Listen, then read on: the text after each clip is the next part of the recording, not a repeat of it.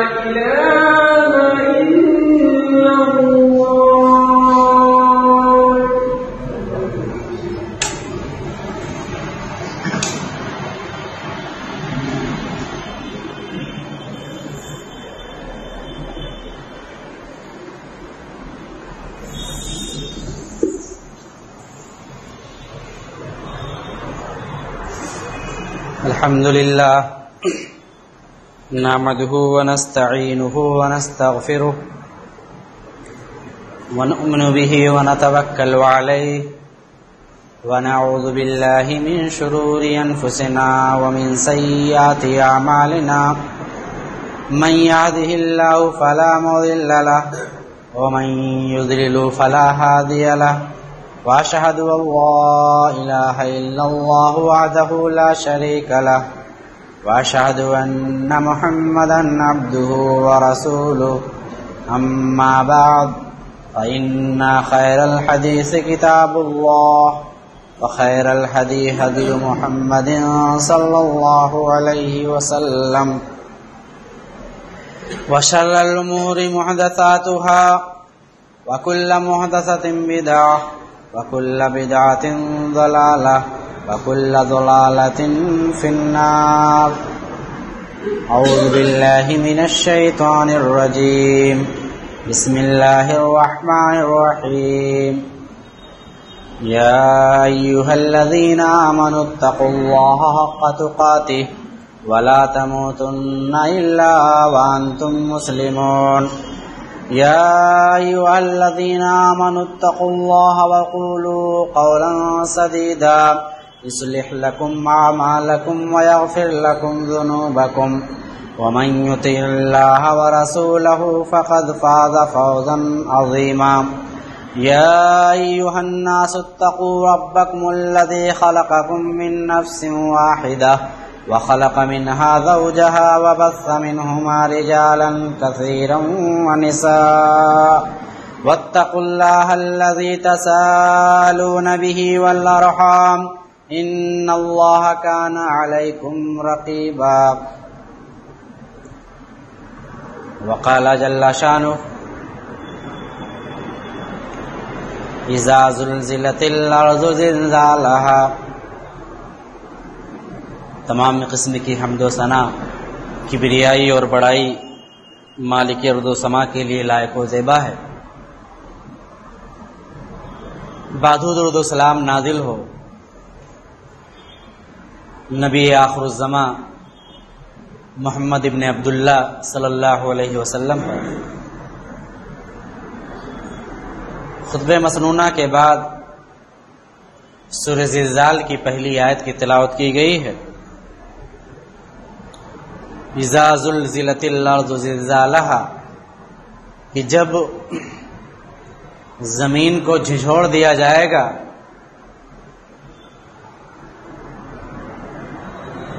میرے بھائیوں، کچھ دنوں سے اللہ رب العالمین نے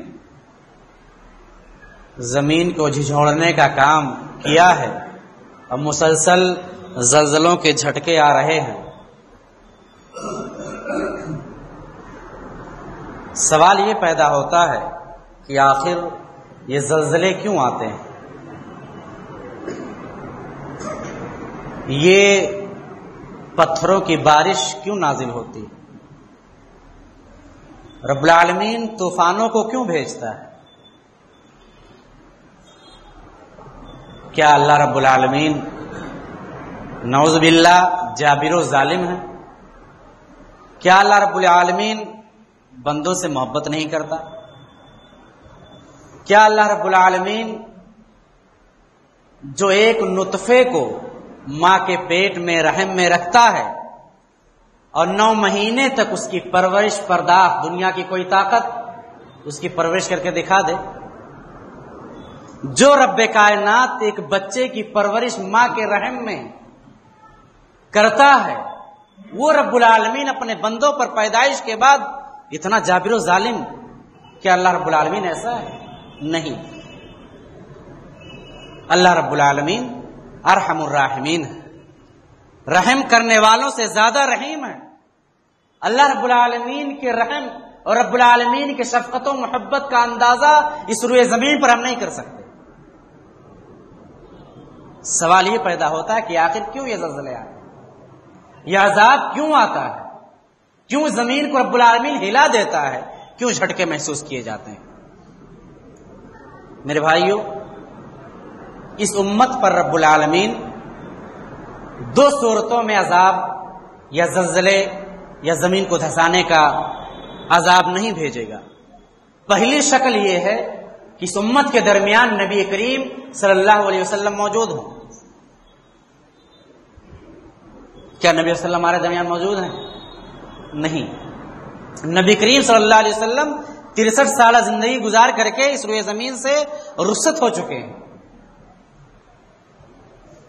غالباً 632 عیسوی میں نبی کریم صلی اللہ علیہ وسلم کا انتقال ہوتا ہے۔ جب تک نبی صلی اللہ علیہ وسلم تھے تب تک کوئی اس قسم کا عذاب اس امت پر نہیں آیا تھا۔ دوسری صورت یہ ہے اس امت پر عذاب نہ آنے کی کہ اس امت کے لوگ دیندار رہیں، اس امت کے لوگ دیندار رہیں۔ یہاں سے کچھ مسئلہ سمجھ میں آتا ہے، یہاں سے ہلکی سی جھلک نظر آتی ہے کہ آخر عذاب کیوں آ رہے ہیں؟ کیونکہ ہمارے درمیان بے دینی آ گئی، ہم دین سے دور ہو چکے ہیں، اس لیے اس طرح کے عذاب آ رہے ہیں۔ میرے بھائیوں، آئیے ایک آیت کریمہ پڑھتے ہیں۔ اللہ رب العالمین نے جب سماج کے اندر بے دینی آتی ہے، جب سماج کے لوگ اللہ کو بھول جاتے ہیں، جب سماج کے اندر اللہ اس کے رسول کی حیثیت ثانوی درجہ رکھتی ہے، اللہ اس کے رسول کی باتیں کوئی اہمیت نہیں رکھتی، اس موقع کے نزاکت کو سمجھتے ہوئے رب العالمین نے ایک آیت کریمہ نازل کی۔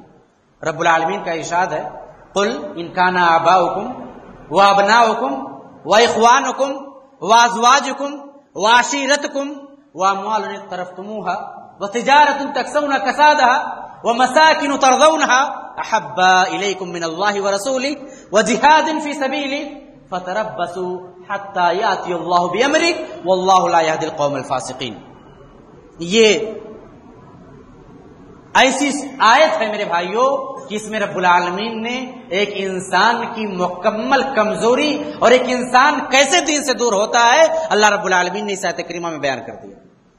قل اے نبی آپ کہہ دیجیے، ان کان آباؤکم، اگر تمہارے آبا و اجداد، تمہارے باپ، تمہاری مائیں، تمہارے آبا اور اجداد، قل ان کان آباؤکم، اگر تمہارے باپ دادا، وابناؤکم تمہاری اولاد، تمہارے بھائی، واخوانکم تمہارے بھائی، تمہاری بیویاں، تمہارا خاندان، تمہاری وہ دولت جس کو تم نے سینت کر کے جمع کر کے رکھا ہے، تمہاری وہ تجارت جس کی کساد بازاری کے لیے تم خوف کھاتے ہو، ڈرتے ہو،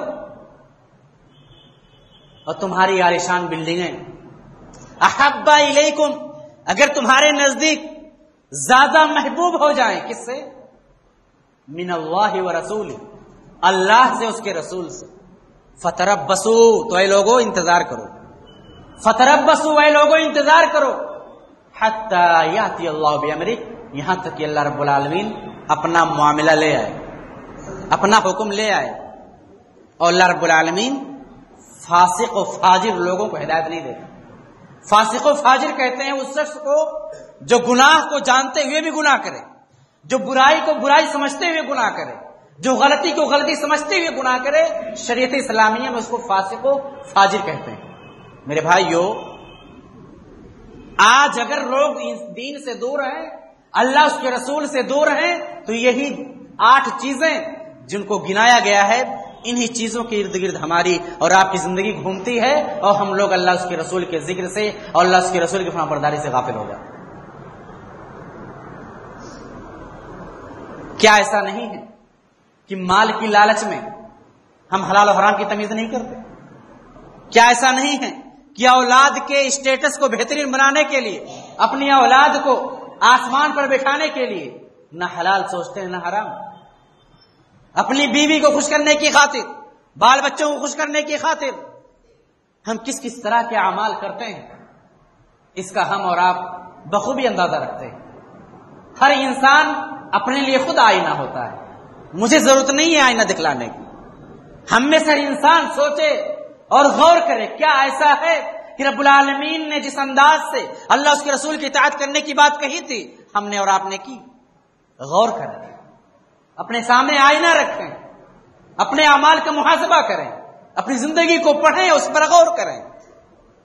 میرے بھائیو، جب اس کی مخالفت ہوگی، اللہ اس کے رسول سے زیادہ محبت ان چیزوں سے ہونے لگیں گی، اور یقین مانیے ہو رہی ہیں، یقین مانیے ہو رہی ہیں. اللہ اس کے رسول کی محبت کی کوئی حیثیت نہیں، اللہ اس کے رسول سے محبت کا کوئی معنی نہیں. محبت رسول اور اطاعت رسول اور اللہ کی اطاعت و فرما برداری تو ممبر و محراب تک ہیں. بس آؤ 2 رکعت نماز پڑھ لو، چلے جاؤ. احب الیکم، اگر یہ تمام چیزیں تمہارے نزدیک سب سے زیادہ محبوب ہو جائیں، یہاں تک کہ اللہ اس کے رسول سے زیادہ، تو میرے بھائیوں عذاب کا انتظار. حتی یاتی اللہ بامرہ، یہاں تک کہ اللہ رب العالمین اپنا حکم لے آئے. یہاں حکم سے مراد عذاب ہے، یہاں حکم سے مراد عذاب الہی. یہ زلزلے کیوں آتے ہیں؟ یہ جھٹکے کیوں آتے ہیں؟ یہ طوفانی بارش کیوں نازل ہوتی ہے کہ لہلہاتے ہوئے کھیتیاں لمحات میں نیست و نابود ہو جاتی ہیں؟ کسان مجبور ہو جاتا ہے خودکشی کرنے پر. یہ پتھروں کی بارش کیوں نازل ہوتی ہے؟ کبھی غور کیا؟ کبھی غور کیا؟ میرے بھائیوں، آئیے دیکھتے ہیں کہ ہمارے نبی تاجدار مدینہ صلی اللہ علیہ وسلم جو رحمت للعالمین بن کر کے آئے، سارے عالم کے لیے رحمت بن کر کے آئے، ان کا کیا کہنا ہے ان باتوں کے بارے میں کہ عذاب کیوں آتے ہیں، زلزلے کیوں آتے ہیں؟ میرے بھائیوں، حدیث کے راوی ابو ہریرہ رضی اللہ تعالیٰ عنہ وہ روایت کرتے ہیں، نبی کریم صلی اللہ علیہ وسلم نے ارشاد فرمایا کہ جب مال غنیمت کو ذاتی مال قرار دیا جانے لگا، جب مال غنیمت کو، مال غنیمت بیت المال، مال غنیمت ایسا مال جو غریب، مسکین، بیوہ، لاچار، یتیم، غربا کے لیے ہو، اس کو لوگ اپنا ذاتی مال سمجھنے لگے. جب صحابہ اللہ کے رسول کہتے ہیں کہ انتظار کرو اس وقت کا کہ جب لوگ مال غنیمت کو ذاتی دولت قرار دینے لگیں. پہلے پوائنٹ پر ہم لوگ غور کر لیں، پہلے نقطے پر غور کر لیں کہ کیا ایسا نہیں ہے کہ کتنے لوگ ایسے سماج کے اندر پائے جاتے ہیں جو فی سبیل اللہ میں دین کے لیے زکوٰۃ و خیرات کے مال جمع کرتے ہیں اور اس کے بعد اس کے اوپر اپنا دھونس جمع کر کے اپنی دولت قرار دیتے ہیں. بہت سارے لوگ ہیں. نبی کریم صلی اللہ علیہ وسلم نے کہا جب مال غنیمت کو ذاتی دولت قرار دیا جانے لگے تو بات آخر میں آئے گی. جب زکوٰۃ کو تاوان سمجھا جانے لگے، زکوٰۃ مال کے اندر زکوٰۃ دینا، زکوٰۃ کہتے ہیں زکا یزکی، پاک و صاف کرنا. مال کو پاک و صاف کرنے کے لیے رب کائنات نے مسلمانوں کے اوپر زکوٰۃ دینا فرض قرار دیا ہے. اسلام کی بنیاد کتنی چیزوں پر قائم ہے؟ سب رٹے ہوئے ہیں، بچہ رٹے ہوئے ہیں. پہلا کلمہ، دوسرا کلمہ، اسلام کی بنیاد کتنی چیزوں رٹائے ہوئے ہیں بچے کو، اور بڑے خوش ہوتے ہیں جب بچہ گناتا ہے کہ اسلام کی بنیاد 5 چیزوں پر ہیں: توحید، رسالت، آخرت، اللہ پر ایمان، اس کے فرشتوں پر، کہ یہ تو ایمانیات ہیں کہ بنیاد اسلام علی خمس، شہادت اللہ الہ الا اللہ، اس بات کی گواہی دینا اللہ کے علاوہ کوئی معبود نہیں، نماز قائم کرنا، زکوٰۃ دینا، حج کرنا، اور رمضان کا روزہ رکھنا۔ اللہ کے نبی کہتے ہیں جب زکوٰۃ کو بوجھ سمجھا جانے لگے، کتنے لوگ خوش دلی سے زکوٰۃ دیتے ہیں، کتنے لوگ اللہ رب العالمین کے راستے میں نکالنا، اللہ رب العالمین کے راستے میں نکال کر اپنے مال کو پاک و صاف کرنا، یہ ہر مسلمان پر ضروری ہے اور اسلام کی بنیاد میں سے ہے۔ لیکن آج لوگ زکوٰۃ نکالنا بوجھ سمجھتے ہیں، بوجھ، اس کو اتار کر پھینکو جلدی۔ کتنے لوگ اتارتے ہیں، کتنے لوگ اس میں مدغم کر دیتے ہیں، غائب کر دیتے ہیں۔ جب علم کو دین کے علاوہ کسی اور مقصد سے حاصل کیا جانے لگا، علم کو بہت سارے لوگ بڑے آسانی سے کہتے ہیں کہ اسلام میں علم کی بات کہی گئی، نہیں کہا گیا دینی علم ہے، کیا علم ہے؟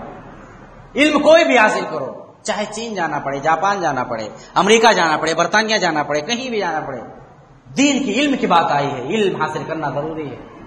میرے بھائیو، اللہ کے نبی کہتے ہیں جب علم کو دین کے علاوہ کسی اور مقصد سے حاصل کیا جانے لگے تو انتظار کرو۔ آج کتنے لوگ علم کو اللہ رب العالمین کے لیے حاصل کر رہے ہیں، ڈاکٹر بن رہا ہے بچہ، انجینئر بن رہا ہے، MBA کر رہا ہے، یا فائن آرٹ میں ہے یا ماس کام میں ہے، اس کی زندگی کو دیکھ لیجئے کس قدر رب العالمین کا نافرمان بن جاتا ہے۔ کلاسز اٹینڈ کرے گا، وقت اور پابندی سے جائے گا، لیکن اللہ رب العالمین کے ذکر سے غافل ہے۔ تو میرے بھائیوں، یہ علم اللہ رب العالمین کے دین کے غرض سے نہیں حاصل کیا جا رہا۔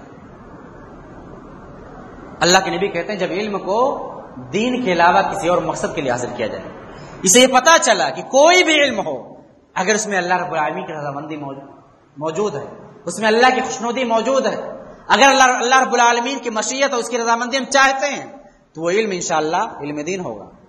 لیکن اگر علم دین ہی کیوں نہ حاصل کر رہے ہوں اور مقصد اس کے پیچھے کچھ اور ہو، تو میرے بھائیو اس وقت انتظار کرو جب بیوی کی اطاعت مرد کرنے لگے اور ماں کی نافرمانی کرنے لگے۔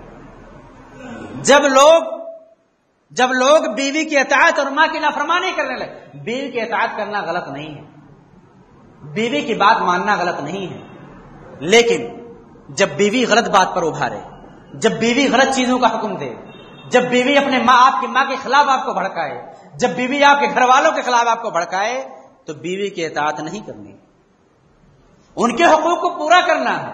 اسلام نے حقوق الزوجین کا چیپٹر رکھا ہے، بیوی کے کیا حقوق ہیں، شوہر کے کیا حقوق ہیں، ماں باپ کی کیا حقوق ہیں، بھائی بہنوں کے کیا حقوق ہیں، پڑوسیوں کی کیا حقوق ہیں، تمام حقوق کو رب العالمین نے اسلام میں بیان کیا ہے۔ لیکن جب مرد بیوی کی اطاعت اور ماں کی نافرمانی کرنے لگے تو انتظار کرو۔ آج کتنے مرد ایسے ہیں جو بیچارے ماں باپ کو جو بوڑھے ہو جاتے ہیں ان کو گھر کے اندر سب سے باہر رکھا جاتا ہے اور خود عالیشان محلوں میں اور عالیشان حویلیوں میں زندگی گزارتے ہیں، AC اور ایئر کنڈیشن جگہوں میں رہتے ہیں، ہائی فائی گاڑیوں سے چلتے ہیں، اور ماں اور باپ بیچارہ سستا ہوا رہتا ہے سماج کے اندر، الا ماشاء اللہ۔ میرے بھائیو، اللہ کے نبی کہتے ہیں کہ جب برے دوستوں کو قریب اور باپ کو دور کیا جانے لگے، شمار کرتے جائیے گا اور اپنے ماحول کو پڑھتے جائیے گا کہ آخر اللہ کے رسول صلی اللہ علیہ وسلم نے وہ چند باتیں جو گنائی ہیں کہ زلزلے کیوں آتے ہیں، آندھیاں کیوں آتی ہیں، پتھروں کی بارش کیوں ہوتی ہے، اللہ کے نبی صلی اللہ علیہ وسلم نے اسے بیان کیا کہ جب برے دوستوں کو قریب اور باپ کو دور کیا جانے لگے۔ آج کتنے لوگ ایسے ہیں جو اپنے باپ سے بات نہیں کرتے، کیوں؟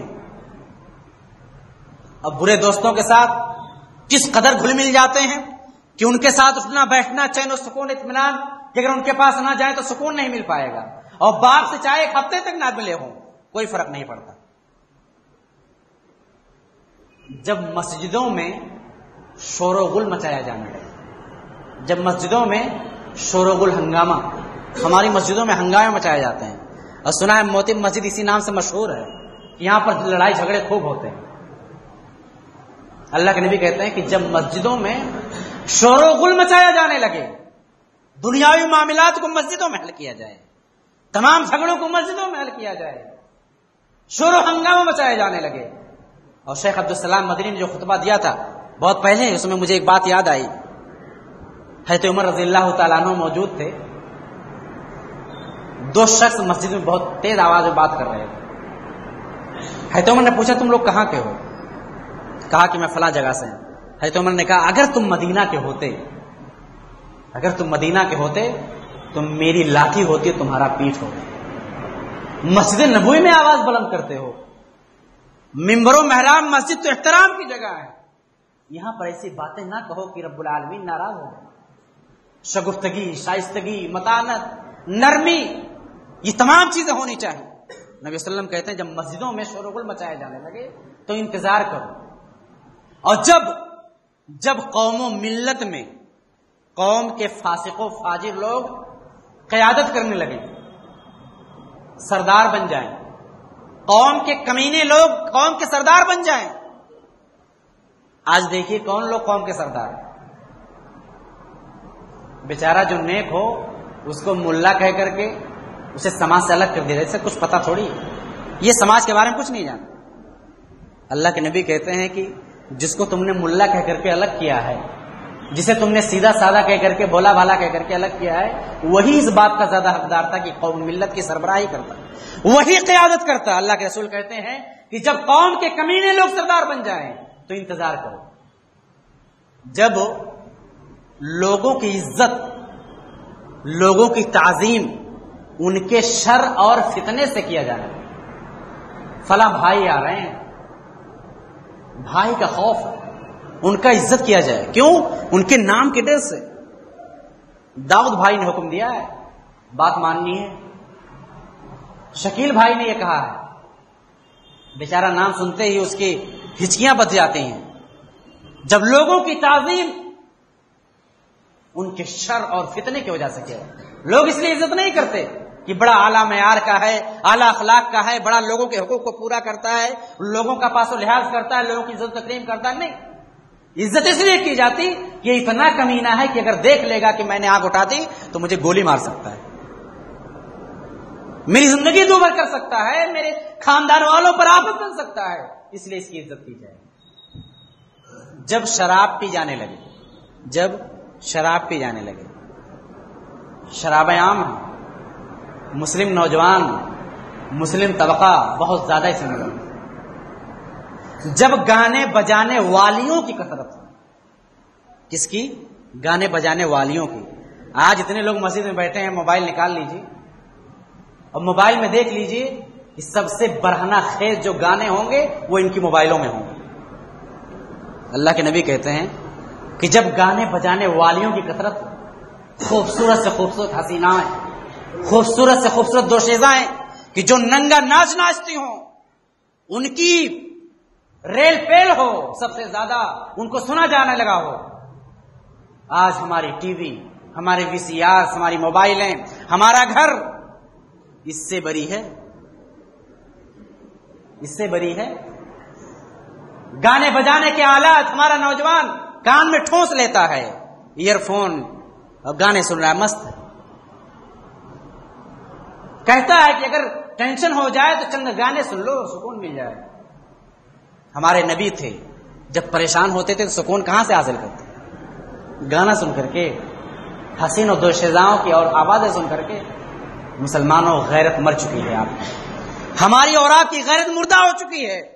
ہم ضمیر فروش ہیں، دین فروش ہیں، ہم نے ضمیر کو، دین کو، سب کچھ کو بھیج دیا۔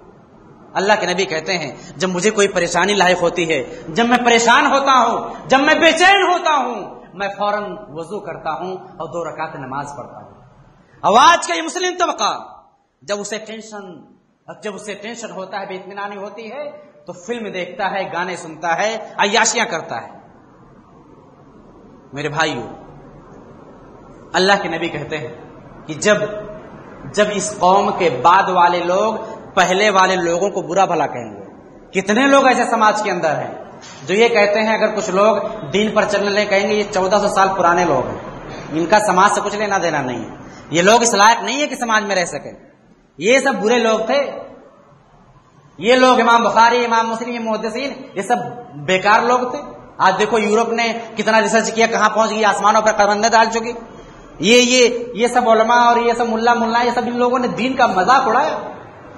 مسلمانوں کو پیچھا کرنے میں سب سے اہم رول انہی علماء کرام کا ہے. اس طرح کے الزامات ہمارے سماج سے اٹھتے ہیں. اللہ کے نبی کہتے ہیں کہ جب یہ چیزیں تم دیکھنے لگو سماج کے اندر تو انتظار کرو. کس کا انتظار کرو؟ سرخ آندھی کا، تیز تند طوفان کا. جب اس طرح کی باتیں سماج میں آ جائیں تو تیز آندھی کا انتظار کرو. میرے بھائیو، جو آج آندھیاں چلتی ہیں، فصلیں تباہ ہو جاتی ہیں، سونامی جیسی لہریں اٹھتی ہیں اور ہزاروں اور لاکھوں کی بستیاں تباہ و برباد ہو جاتی ہیں، اس کی وجہ یہی چیزیں ہیں. اللہ کے نبی کہتے ہیں دوسرا پوائنٹ، دوسری چیز کا انتظار کرو، زلزلوں کا انتظار کرو. زمینیں ہلا دی جائیں گی، زمین، بڑی بڑی بلڈنگیں زمین بوس ہو جائیں گی، عالیشان محلات زمین بوس ہو جائیں گے، ہزاروں ہزار کی تعداد میں عوام زمین بوس ہو جاؤ گی، مٹی نیچے دب جائے گی. زلزلوں کا انتظار کرو اور زمین کے دھسنے کا انتظار کرو اور چہروں کے مسخ ہونے کا انتظار کرو. چہرے بگڑ جائیں گے، ایسے حادثات پیش آئیں گے. اور آئے دن جو ایکسیڈنٹ ہوتے ہیں، کس قدر چہرے بگڑتے ہیں پہچان میں نہیں آتا. سوال آتا مولانا غسل کیسے دیں؟ کوئی کل نہیں سیدھی، سمجھ میں نہیں آتا غسل کیسے کیا جائے. اللہ کے نبی کہتے ہیں ان حادثات کا انتظار کرو اور پتھروں کی بارش کا انتظار کرو. کسان مر رہے ہیں، خودکشی کر رہے ہیں، کیوں؟ فصلیں تباہ ہو گئی. رب العالمین نے آسمانی بارش ایسی نازل کی، اس میں پتھر کے ساتھ بارش کا نزول ہوا، پوری کی پوری فصلیں تباہ و برباد ہو گئی. میرے بھائیو، یہ تھا وجہ عذاب آنے کا. یہ تھے وہ پوائنٹس کہ جن کی وجہ سے آج ہمارے درمیان زلزلوں کے جھٹکے اور ان کی خبریں ہمارے درمیان آ رہی ہیں. میرے بھائیو، وقت ہے سدھرنے کا، وقت ہے سنبھلنے کا. نبی کریم صلی اللہ علیہ وسلم نے جن نکات کو گنایا ہے، جن پوائنٹس کو گنایا ہے، اگر ہم اور آپ، پہلی چیز تو عذاب سے بچ نہیں سکتے، لیکن کم سے کم اگر اس عذاب کے چپیٹ میں آئیں تو رب العالمین کے سامنے جب اٹھائے جائیں تو انما الاعمال بالنیات، یہ اعمال کا دار و مدار نیتوں پر ہوتا ہے. اگر ہماری نیت صاف ہوگی، ہمارے دلوں میں اخلاص ہوگا، اگر ہمارے دلوں میں سچائی ہوگی، اگر ہم نے توبہ کر لیا ہوگا، میرے بھائیو انشاءاللہ جنت ہمارا استقبال کر رہی ہوگی، جنت کی حوریں ہمارا استقبال کر رہی ہوں گی، جنت کے فرشتے ہمارا استقبال کر رہے ہوں گے، منکر نکیر ہمارے لیے خوشخبری کا اعلان کر رہے ہوں گے. لیکن ضرورت اس بات کی ہے کہ ان پوائنٹس کو اپنے ذہن میں لائیں اور ان برائیوں کو دور کرنے کی کوشش کریں، ورنہ میرے بھائیو زلزلے آتے رہیں گے، طوفان آتے رہیں گے، عذاب آتے رہیں گے، بارشیں ہوتی رہیں گی، آندھی اور طوفان آتے رہیں گے، لوگ تباہ و برباد ہوتے رہیں گے. لیکن ہوش کا ناخن وہی لے گا جس کے دل میں ایمان ہوگا، جس کے دل میں ایمان ہوگا. میرے بھائیو، اللہ رب العالمین نے مومن کا تذکرہ کیا کہ مومن وہ ہوتے ہیں کہ جب ان کے سامنے اللہ کی آیتیں بیان کی جاتی ہیں، جب ان کے سامنے اللہ رب العالمین کی آیتوں کی تلاوت کی جاتی ہے تو ان کے دل لرز اٹھتے ہیں، ان کے دل کانپ اٹھتے ہیں، ان کے دل بالکل پریشان ہو جاتے ہیں. تو میرے بھائیو، یہ زلزلے، یہ آندھیاں، یہ طوفان، یہ جھٹکے، یہ بلوں کا گرنا، ابھی نئی خبر جو آئی ہے کہ تقریباً 35 لوگ نیپال میں مرے ہیں، 16 لوگ بہار میں مرے ہیں، 2 لوگ یو پی میں، یہ زلزلے سے. یہ بھی نئی ریسنٹ خبر آئی ہے. پہلے کتنے مرے وہ جانی ہے، پتہ نہیں کتنے لوگ مر چکے. تو میرے بھائیو، علی گڑھ میں بھی جھٹکے آئے تھے اور لوگوں نے کہا کہ اگر چند لمحے بڑھ گیا ہوتا، تو یہ چند لمحے بڑھ گیا ہوتا.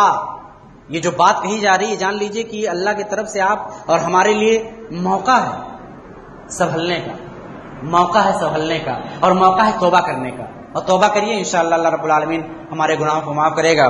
یہ چند باتیں تھیں جو آپ کے سامنے رکھی گئیں حالات کے تناظر میں، حالات حاضرہ کو دیکھتے ہوئے. اللہ سے دعا گو الہ العالمین ہم تمام مسلمانوں کے اندر نبی کریم صلی اللہ علیہ وسلم نے جن پوائنٹس کو سنن ترمذی کتاب الفتن میں جو حدیث موجود ہے اس کے حوالے سے بیان کیا، الہ العالمین اگر یہ برائیاں، اس میں کوئی شک نہیں ہے ہمارے سماج میں، تو الہ العالمین تو اس کو ہمارے سماج سے دور کرنے کی ہم کو توفیق عطا فرما. میں یہ نہیں کہتا کہ ہم دوسروں کے گھروں میں جا کے جھانکیں، دوسروں کے گھروں سے عیب دور کریں، ہم اپنے آپ سے شروع کریں. عبد الکریم اپنے آپ سے شروع کرے، خالد اور زید اپنے آپ سے شروع کریں، دوسروں کا مت دیکھیں وہ کیا کر رہا ہے، ہم یہ دیکھیں میں کیا کر رہا ہوں. اور جب یہ صفت پیدا ہو جائے گی تو انشاءاللہ سماج بہتر سے بہتر ہو جائے گا. انہی چند باتوں کے ساتھ میں بات ختم کرتا ہوں، اور رب کائنات سے اس کی رحمت، اس کے فضل کا امید رکھا ہوں، طلبگار ہوں، اور رب العالمین سے معافی کا طلبگار ہوں. رب العالمین تمہارے گناہوں کو معاف کر دے، ہمارے گناہوں کو بخش دے، اور ہمیں دین پر چلا.